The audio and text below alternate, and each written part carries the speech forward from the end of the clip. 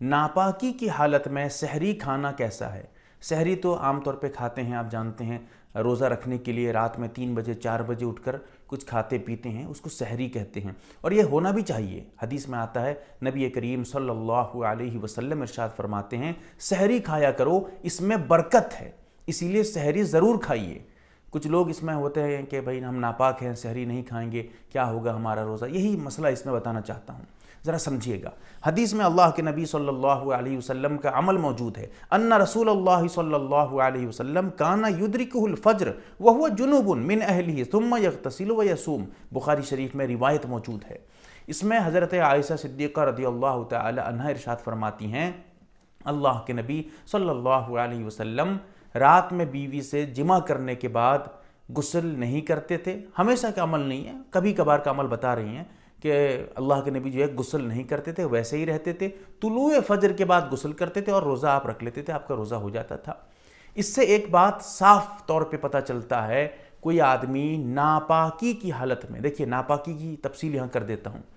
اگر کوئی عورت حالت حیض میں ہے، یعنی ماہواری کی حالت میں ہے، یا بچہ پیدا ہونے کے بعد جو ناپاکی ہے اس حالت میں ہے، وہ بھی ناپاکی کی حالت ہے، لیکن اس حالت میں روزہ تو ہوگا ہی نہیں، اور روزہ رکھنا بھی حرام ہے، یاد رکھیے گا، اس لیے اس کی بات یہاں نہیں کر رہا ہوں، یہاں اس ناپاکی کی بات کر رہا ہوں جیسے احتلام ہو گیا تھا، منی خارج ہو گئی تھی، یا پھر جو ہے مزدنی، حرام ہے مزدنی کرنا لیکن کر لیا تھا، مزدنی رمضان میں بڑا خطرناک گناہ ہے، رمضان ہو یا رمضان کے علاوہ تو یہ تو گناہ ہی گناہ ہے، تو ایسی صورت میں جو ہے وہ ناپاک ہو گیا تھا، یا بیوی سے ہم بستری کر لیا تھا رمضان میں، رات کے وقت میں ہم جو ہے میاں بیوی مل لیے تھے، صحبت ہو گئی تھی، اب ایسی صورت میں ناپاک ہو گیا تھا۔ تو اب اگر ایسی ناپاکی ہے، پھر آدمی جو ہے غسل نہیں کرتا ہے، ویسے ہی ناپاکی کی حالت میں سحری کھاتا ہے اور روزہ رکھتا ہے، اس حدیث سے پتہ چلتا ہے کہ بالکل جائز ہے، کوئی گناہ نہیں ہے، ہاں بہتر ہے۔ اس عمل سے اللہ کے نبی صلی اللہ علیہ وسلم یہ کر کے بتانا چاہتے تھے کہ اگر کوئی ایسا کرنا چاہے تو گناہ نہیں ہے، جائز ہے، لیکن اس کا مطلب یہ نہیں ہے کہ آپ اسی کو سمجھیں کہ یہی جو ہے کرنا چاہیے، بغیر نہائے دھوئے ہم کو جو ہے روزہ شروع کر دینا چاہیے، یہ اچھا نہیں ہے، ہاں جائز ہے، بہتر نہیں ہے۔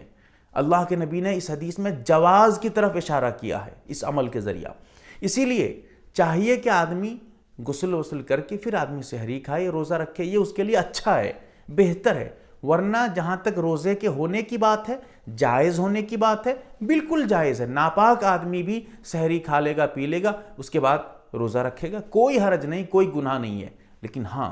اتنا خیال رکھنا ضروری ہے فجر کی نماز جیسے نہ چھوٹے، کیونکہ اگر غسل نہیں کرے گا تو پھر نماز تو نہیں پڑھ پائے گا، ناپاک ہے، روزہ تو رکھ لیا، روزہ تو ہو جائے گا، لیکن ناپاکی میں جب تک غسل نہیں کرے گا تو پاک نہیں ہوگا تو نماز نہیں ہوگی، اسی لیے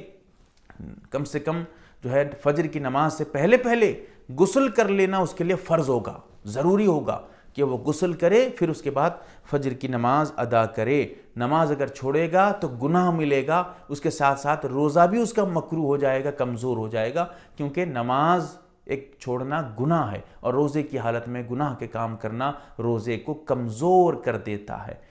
اتنا سمجھانا میرا مقصد تھا۔ روزے کی حالت میں آپ ناپاک اگر ہیں تو کوئی گھبرانے کی بات نہیں ہے، جیسے کوئی آدمی سویا ہوا تھا، روزہ رکھا ہوا ہے، سویا ہوا ہے، دن کے وقت میں احتلام ہو گیا، احتلام سے روزہ ٹوٹتا نہیں ہے، ہم مستری سے، صحبت سے، مزدنی سے روزہ ٹوٹتا ہے، وہ الگ مسئلہ ہے، احتلام ہو گیا تھا، ناپاک تھا، اب جتنے جلد سے جلد غسل کر لے، اور نماز کے ٹائم سے پہلے غسل کر لے، تاکہ نماز پڑھنا ضروری ہے۔ بہرحال یہ چند باتیں سمجھنے کی ہیں، اللہ تعالیٰ سمجھنے کی توفیق دے، یا کہنے کا صرف اتنا مقصد یاد رکھیے گا، کچھ لوگ ایسے ہیں سحری یہ سوچ کر چھوڑ دیتے ہیں کہ ہم تو ناپاک ہیں، اب کیا روزہ رکھیں گے، بہت غلط ہے، یہی بتانا چاہتا تھا میں، ایسا نہیں ہے کہ آپ ناپاک ہیں تو روزہ نہیں رکھ سکتے، ایسا نہیں ہے، اس سوچ کو درست کریے، اسی میں یہی بتانا میرا مقصد تھا۔